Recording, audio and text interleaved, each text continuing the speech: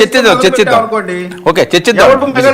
వెంకటేష్ గారు, very good evening sir. Very good evening sir. Sir, ఎలా చూడాలి ఈ రాజకీయ అంశాలు? ఒక పక్క ఆ ఫోటోలు తొలగించారని చెప్పి అదొక వార్త, మరొక వైపు జగన్మోహన్ రెడ్డి గారు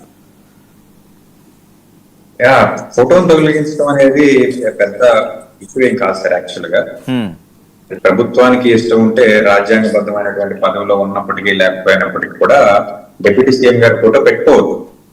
కాకపోతే ఇక్కడ ఆశ్చర్యకరం ఏంటంటే రజనీ చెప్తున్నట్టు పంచాయతీరాజ్ కార్యాలయంలో కూడా ఆయన ఫోటో పెట్టడానికి జీవో అవసరం లేదు. టు బి ఫ్రాంక్, ఇప్పుడు ఏ పరిపాలనా శాఖకు సంబంధించినటువంటి శాఖలో అక్కడ ఉన్నటువంటి స్థానికంగా ఉన్నటువంటి మంత్రి గారి యొక్క ఫోటో పెట్టడం అనేది మ్యాండేటరీ.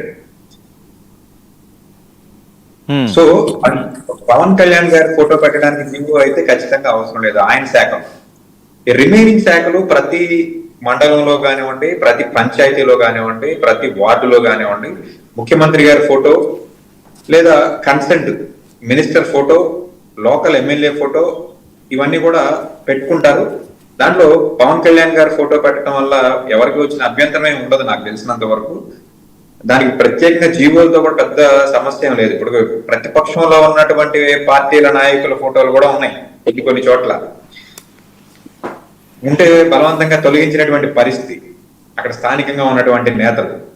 కాబట్టి దీని గురించి పెద్ద మనం ఆందోళన అంటే అందులో ఆందోళన కాదండి, కోర్టు ఆదేశాలతో తీసేవారు కొంతమంది అధికారులు అంటున్నారు. రాజకీయ ప్రయోజనాల కోసం ఎవరైనా వివాదాలు సృష్టించడానికి వాళ్ళతో తీయించారా అన్నది కదా, అందువల్ల ఈ టాపిక్ వచ్చింది. లేకపోతే ఉంచారో తీసేసారో అనేది తర్వాత అంశం.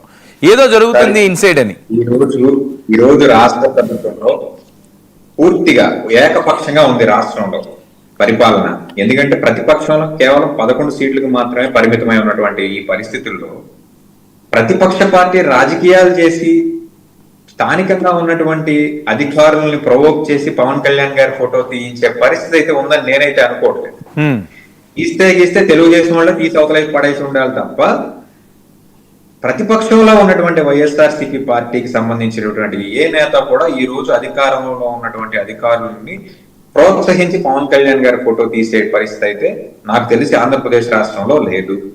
వెంకటేష్ గారు, మీకు క్లారిటీ, తెలుగుదేశం పార్టీ ఎవరు కూడా అంత సాహసం చేసేటువంటి పరిస్థితి లేదు. తెలుగుదేశం వాళ్ళు ఎవరు కూడా చేయలేదు, చెయ్యరు కూడా. అది మాత్రం మీకు క్లారిటీ చెప్తున్నా. కిరణ్ గారు మీ తెలుగుదేశానికి సంబంధించిన నవీన్ గౌడ్ అనే కార్యకర్త ఈ రోజు పవన్ కళ్యాణ్ గారి కుటుంబ సభ్యుల్ని, చిరంజీవి గారిని మాట్లాడుతున్నారు. కొంచెం ముందు ఆయన అదుపులో పెట్టుకోమండి, చెప్పండి. ముందు చాలా అదుపులో పెట్టుకోవాల్సింది చాలా ఉన్నాయి. మీరు అడిగిన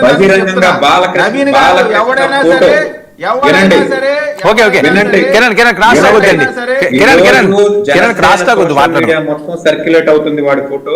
బాలకృష్ణ గారి ఫోటో పెట్టుకుని ప్రొఫైల్ పిక్ గా నవీన్ గౌడ్ అనేవాడు చిరంజీవి గారి గురించి ఇష్టం వచ్చినట్లు చెలరేగిపోతున్నాడు. ముందు వాడిని కంట్రోల్. మీరు చెప్పింది నోటెడ్. అతను టీడీపీ క్యాండిడేటో లేదా మీ పెయిడ్ ఆర్టిస్టో చూసి అతని పైన చర్యలు తీసుకుంటారు. ఎవడైనా జగన్మోహన్ అరెస్ట్ చేసి లోపలేవయ్యా చెప్తున్నాం కదా. పేరుతో కిరణ్, క్రాస్ టాక్ వద్దండి, క్రాస్ టాక్ వద్దు, టైం వేస్ట్. సరే ఇస్తాను, నేను ఇస్తాను. ఆయన ఏదో చెప్తున్నారు కదా, వినండి, తర్వాత మీరు మాట్లాడితే కానీ పోనీ. మీ సమయం వచ్చినప్పుడు మీరు మాట్లాడండి. వాడు జగన్మోహన్ రెడ్డి పర్సనల్ పిఏ అయినా ఉండొచ్చు.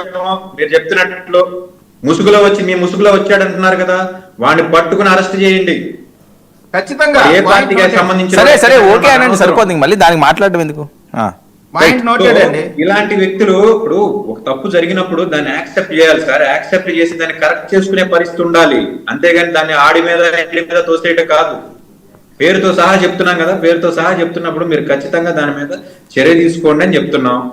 దానికి మళ్ళీ జగన్మోహన్ రెడ్డి లేకపోతే వైఎస్ఆర్సీపీ పార్టీ ముసుగులో ఉన్నాడని చెప్తారేంటి? ఓకే, వెంకటేష్ గారు, ఏంటి పిఠాపురంలో ఏంటి వంగాగీత గారు ఫోకస్ ఏంటి? ఇప్పటి నుంచి ఇంకేనా మొదలు పెట్టారా 2.0? అలా ఏం కాదు సార్, నేను అనుకోవడం అది జరిగే పరిస్థితి ఏం కాదు. కాకపోతే ఏంటంటే అక్కడ పవన్ కళ్యాణ్ గారిని ఎదుర్కోవాలి అంటే వంగాగీత గారి బలం సరిపోదు. సో ముద్రగడ పద్మనాభం గారు అయితే ఇంకా కొంచెం బలంగా ప్రయత్నం చేస్తారు అని చెప్పేసి అని అనుకున్నారేమో వైఎస్ఆర్సీపీ పార్టీ. అంతే తప్ప వంగాగీత గారి ప్రయారిటీ తగ్గే పెంచాలనో లేకపోతే ముద్రగడ్డ గారిని ఏదో పెంచాలని అయితే ఖచ్చితంగా అనుకుని ఉండరు.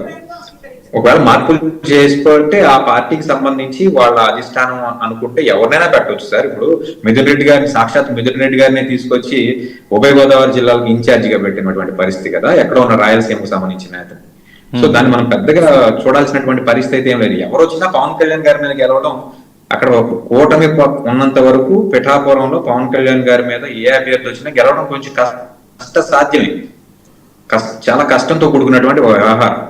కాబట్టి అక్కడ బలమైన నేతలు అవసరం. కాబట్టి ముద్రగడ్డ గారు అయితే దొంగగేద గారి కన్నా కొంచెం ఎక్కువ ఫైట్ ఇవ్వగలుగుతారేమో. అది వైఎస్ఆర్సీపీ పార్టీ యొక్క అంతర్గత విషయం కాబట్టి దాని మీద పెద్ద ఫోకస్ చేయాల్సిన అవసరం కూడా లేదు. ఓకే, నిన్న తెలంగాణలో చూసారు కదా జగన్మోహన్ రెడ్డి గారు కోర్టుకి వచ్చి వెళ్ళిన వైనం, దీని మీద మీ కామెంట్స్ ఏంటి? సార్, జగన్మోహన్ రెడ్డి గారు సాధారణంగా తెలంగాణలో రోడ్ షో చేయాలనే అంత ఇంట్రెస్ట్ ఏమి ఉన్న వ్యక్తి అయితే కాదు. కాకపోతే కోర్టుకి ఆయన రాకుండా ఉండడానికి చాలా ప్రయత్నం చేశారు. నేను వస్తే ట్రాఫిక్ సమస్యలు వస్తాయి, భద్రతా ఏర్పాట్లు కొంచెం ఎక్కువ ఖర్చు అవుతుంది, so just for the sake of attendance video ద్వారా అయినా సరే మనం లైవ్ స్ట్రీమింగ్ ద్వారా నన్ను ఏదైనా అడగాలంటే అడగొచ్చు, నేను అటువంటి ప్రొవిజన్ కూడా ఏదైనా ఉపయోగించుకోవచ్చు అని కూడా అడగటం జరిగింది. బట్ కోర్టు ఏంటంటే సాంప్రదాయబద్ధంగా ఈ సెక్షన్స్ లో బయటికి వెళ్ళి వచ్చినటువంటి ఏ వ్యక్తి అయినా సరే ఆ ప్రదేశంలో జగన్మోహన్ రెడ్డి కాదు ఎవరున్నా కానీ ఖచ్చితంగా కోర్టుకు వచ్చి అటెండ్ అయ్యి, ఎస్ నేను కోర్టు అనుమతితో బయటకు వెళ్ళాను, మళ్ళీ ఇండియా వచ్చాను కాబట్టి మీ ముందు అటెండ్ అవుతున్నానని చెప్పి తీరాల్సినటువంటి ఒక పరిస్థితి. కాబట్టి కోర్టు అదే ప్రొసీజర్ ఫాలో అయింది. కాకపోతే ఇక్కడ జరిగినటువంటి జన సమీకరణ అంటారా, లేకపోతే నిజంగా జన సమీకరణే ఆ రకంగా చేసినట్టయితే పోలీస్ ఈ స్థాయిలో భద్రత కల్పించే పరిస్థితి కాదు కదా.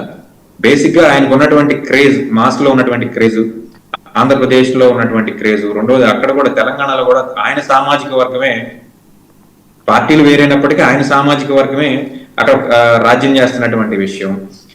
కాబట్టి కొంత అప్లాజ్ వస్తుంది. కొంతమంది అక్కడ స్థానికంగా ఉన్నటువంటి నేతలందరూ కూడా కలవడం జరిగింది. హైదరాబాద్ కొంత ఇప్పుడు తెలుగుదేశం పార్టీ వాళ్ళు చెప్తున్నట్లు స్థానికంగా ఉన్న నేతలు కానివ్వండి, కార్యకర్తలు కానివ్వండి వెళ్ళడం జరిగింది. ఓవరాల్ గా జగన్మోహన్ రెడ్డి గారు ఎక్కడ బయటకు వచ్చినా ఈ ఉభయ తెలుగు రాష్ట్రాల్లో అదే పరిస్థితి ఉంటుంది. అలాగే జనాలు వెంటబడే పరిస్థితి, పోలీసులకి అదే పరిస్థితి. పోలీసులు ఖచ్చితంగా ఆయనకి కావాల్సిన సెక్యూరిటీ ఇచ్చి తీరాల్సినటువంటి ఒక పరిస్థితి, మాజీ ముఖ్యమంత్రి కాబట్టి.